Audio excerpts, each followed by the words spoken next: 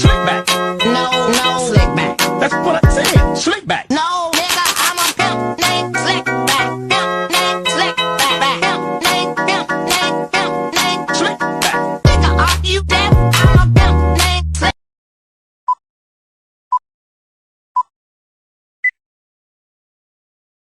Selamat siang semuanya, perkenalkan nama saya Irfan Jibua, saya dari kelas A Pendidikan Sejarah 2023 dengan NIM saya yaitu 3233121006.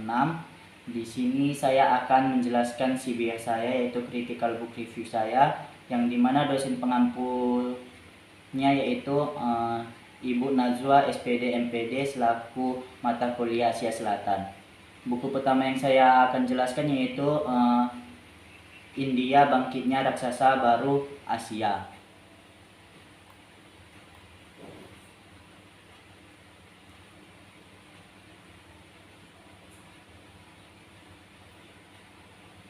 Pertama itu ringkasan buku utamanya itu saya ringkas dari bab 4 yang berjudul Ekonomi dan Pertanian. Yang pertama itu ada julukan-julukan unik perekonomian India, yang dimana tingkat pertumbuhan Indo merujuk pada rendahnya pertumbuhan ekonomi India yang didominasi pemeluk Indo. Tingkat pertumbuhan ekonomi India berbeda dengan pertumbuhan negara lain di Asia yang lebih tinggi, rata-rata di atas 7% per tahun. Pengembangan ekonomi tergantung petunjuk-petunjuk pemerintah. Itulah yang terjadi pada perekonomian India periode 1947 sampai 1990. Nah, pada periode ini muncul istilah lisensi raj atau lisensi raja, yang dimana semua soal bisnis tergantung pada keputusan raja yang dulu menguasai India. Lalu kini sebutannya diganti menjadi pemerintahan. Nah, lisensi raja merujuk pada izin dari kekuasaan. Lisensi raj adalah hasil dari keputusan India untuk memiliki sebuah perekonomian terencana. Nah, di mana semua aspek ekonomi diatur negara dan lisensi diberi hanya pada beberapa pihak yang terpilih saja. Dan hal ini dikecam oleh negarawan India, Cakrawati Rajagopa Lachari, yang menentang keras karena hal ini berpotensi melahirkan korupsi dan stagnasi ekonomi. Lalu pemerintah India sebenarnya membuat hal itu untuk mengharapkan hasil ekonomi yang bagus, namun karena tetap melibatkan sektor swasta di samping badan usaha milik negara tersebut. Namun nyatanya hal itu tidak terwujud dikarenakan sistemnya mirip ekonomi komando yang memusatkan perhatian secara simultan pada penggunaan modal teknologi berbasis industri berat. Nah, hal inilah ditarik almarhum Dr. Milton Friedman, ekonom peraih Nobel, yang nilai bahwa hal itu hanyalah membuat India akan menyia-nyiakan modal dan tenaga kerja, dan juga menghancurkan pengembangan industri kecil. Hilangnya pula inisiatif swasta dan pertumbuhan ekonomi pun rendah. Yang kedua itu masih banyak PR untuk India. Nah, India masih mengidap dualisme ekonomi. Walau sudah mulai menggeliat, India masih jauh dari tujuan memakmurkan seluruh rakyat. Banyak kendala dan hambatan yang harus diatasi. Hambatan-hambatan tersebut yaitu pertama, modal masih langka di India. Hal itu dikarenakan banyak hal yang harus dilakukan dan dengan dan dengan cara apa saja, entah itu melalui peningkatan tabungan ataupun mengarahkan pengeluaran pemerintah ke sektor yang produktif. Itu sangat mendasar demi pembentukan peningkatan nilai aset. Yang kedua itu ada keadaan birokrasi di India kini lebih baik, namun masih tetap menjadi salah satu problem utama karena birokrasi di masa sebelumnya begitu buruk. Yang ketiga itu judul ketiganya ada masih tulang punggung. Nah, di tengah dominasi konglomerat dan usaha skala menengah, usaha kecil atau UK tetap menjadi tulang punggung utama perekonomian India. Industri kecil menurut Senior Director dan Head Southeast Asia Pacific Countries and Multilateral Fora atau disebut dengan FICCI menuju Karl Prax menyumbang hampir 40% nilai tambah kotor industri dan 45-50% ekspor. Hal itu untuk melindungi UK dari persaingan baik di dalam negara ataupun dari luar. Sekitar 97% UK di India tidak tergantung pada perbankan untuk modal kerja. Hal ini bukan karena mereka tidak butuh kredit dari perbankan, tetapi karena bank memang tidak mau memberikan pinjaman pada mereka. Nah, yang keempat ada pertanian menunggu revolusi kedua. Pada saat itu, Komisi Perencanaan menggambarkan sektor pertanian India 4 dekade terakhir sebagai sebuah kisah sukses besar atau a scene of success dari India sebelum program revolusi hijau diperkenalkan. India yang merupakan salah satu negara yang memiliki peristiwa kelaparan besar yang dapat menewaskan 3 juta penduduk Bengali pada tahun 1943 sampai 1944. Yang dimana judul keduanya itu ada kembalinya impor. Namun tak ada revolusi yang berlangsung selamanya. Setelah 3 dekade pertumbuhan spektakuler, pertanian India kini kembali berada di persimpangan jalan. Kendati memakmurkan petani-petani berlahan luas, mekanisasi pertanian ternyata mengakibatkan banyak buruh tani kehilangan pekerjaan. Yang kedua itu revolusi kedua. Menteri Pertanian Sharad Pawar mengecilkan usaha bunuh diri itu. Menurut dia, krisis pertanian bukan suatu yang luar biasa dengan alokasi anggaran untuk pertanian yang hanya 3%. Namun, sejak liberalisasi ekonomi pada tahun 1991, alokasi anggaran untuk pertanian terus menyusut, turun 6% pada periode 1994 sampai 1995. Alokasi tahun ini sekitar 20% lebih dari 2001.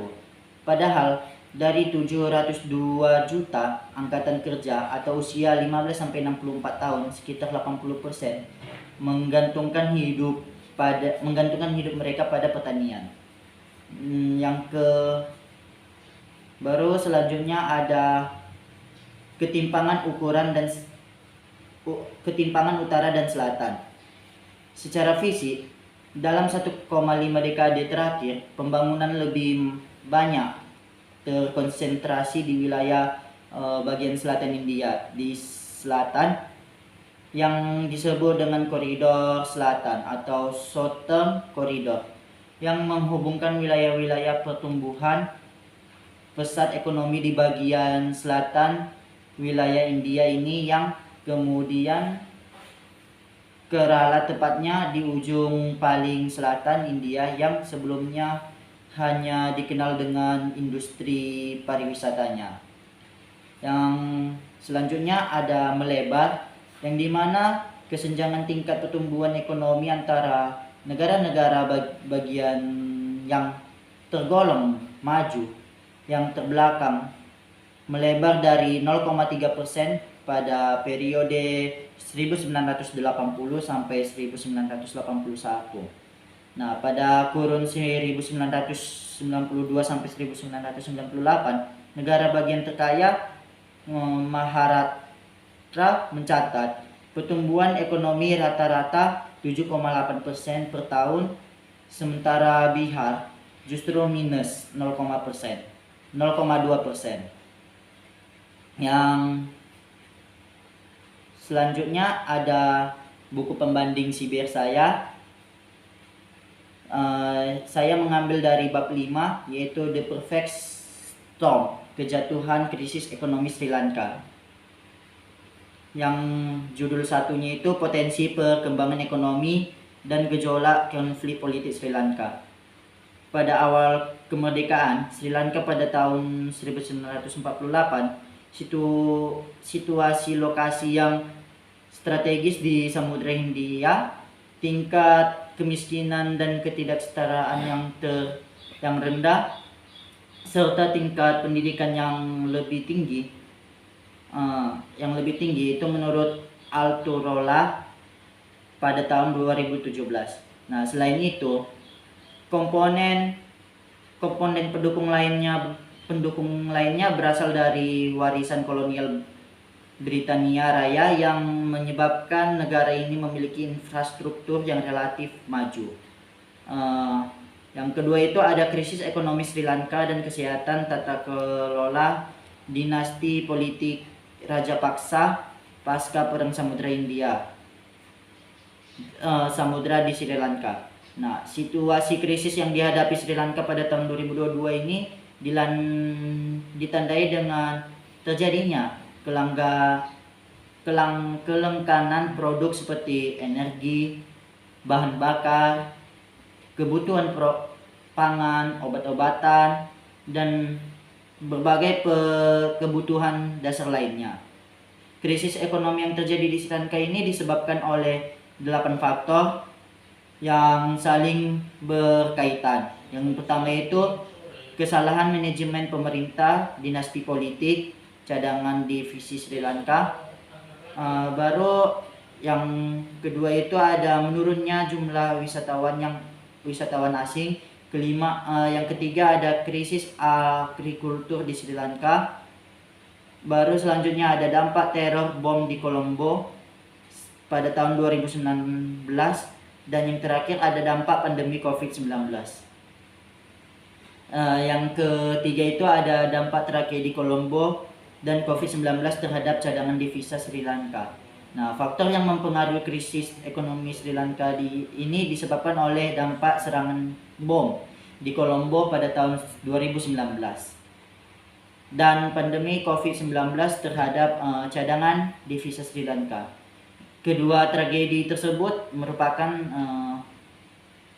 tantangan keras bagi sektor industri pariwisata di Sri Lanka yang merupakan penghasil devisa terbesar ketiga untuk Sri Lanka pada tahun 2019. Mengenai kedatangan wisatawan asing di Sri Lanka yang diambil dari trading ekonomi dapat terlihat jurang tajam yang menggambarkan penurunan signifikan terhadap jumlah kedatangan wisatawan wisatawan asing di Sri Lanka, yang dimana itu berdasarkan data dari Sri Lanka Tourism Development Authority atau SLTDA yang terjadi pada tahun 2018. Yang keempat itu ada krisis agrikultur dan dampak konflik Rusia-Ukraina pada tahun 2022. Nah, pada bulan April 2021, pemerintah Rajapaksa kembali melakukan kesalahan manajemen. Nah, hal tersebut bermula dari keinginan pemerintah untuk mencegah terkurasnya cadangan devisa negara dengan cara melarang seluruh impor pupuk agrokimia dan non organik. Tindakan yang dilakukan tersebut terbilang fatal karena tidak ada negara yang bisa menjaga suplai bahan pangan hanya dengan menggunakan pertanian dan pupuk organik tanpa adanya persiapan dan perencanaan yang matang. Selain krisis agrikultur dalam negeri, kondisi ketahanan pangan di Sri Lanka pun semakin diperparah dengan adanya konflik bersenjata antara Rusia dan Ukraina, yang dimana pada tahun 2022.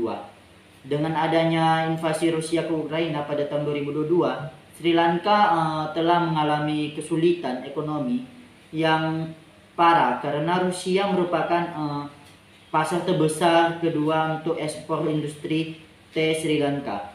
Nah, selain itu, industri pariwisata Sri Lanka juga sangat bergantung pada Rusia dan Ukraina. Nah, hal tersebut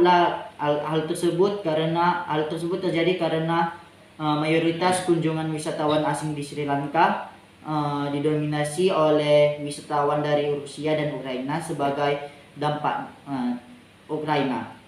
dampaknya, konflik Rusia dan Ukraina pun menghantam dua industri penting Sri Lanka tersebut, yaitu ekspor industri teh dan industri pariwisata.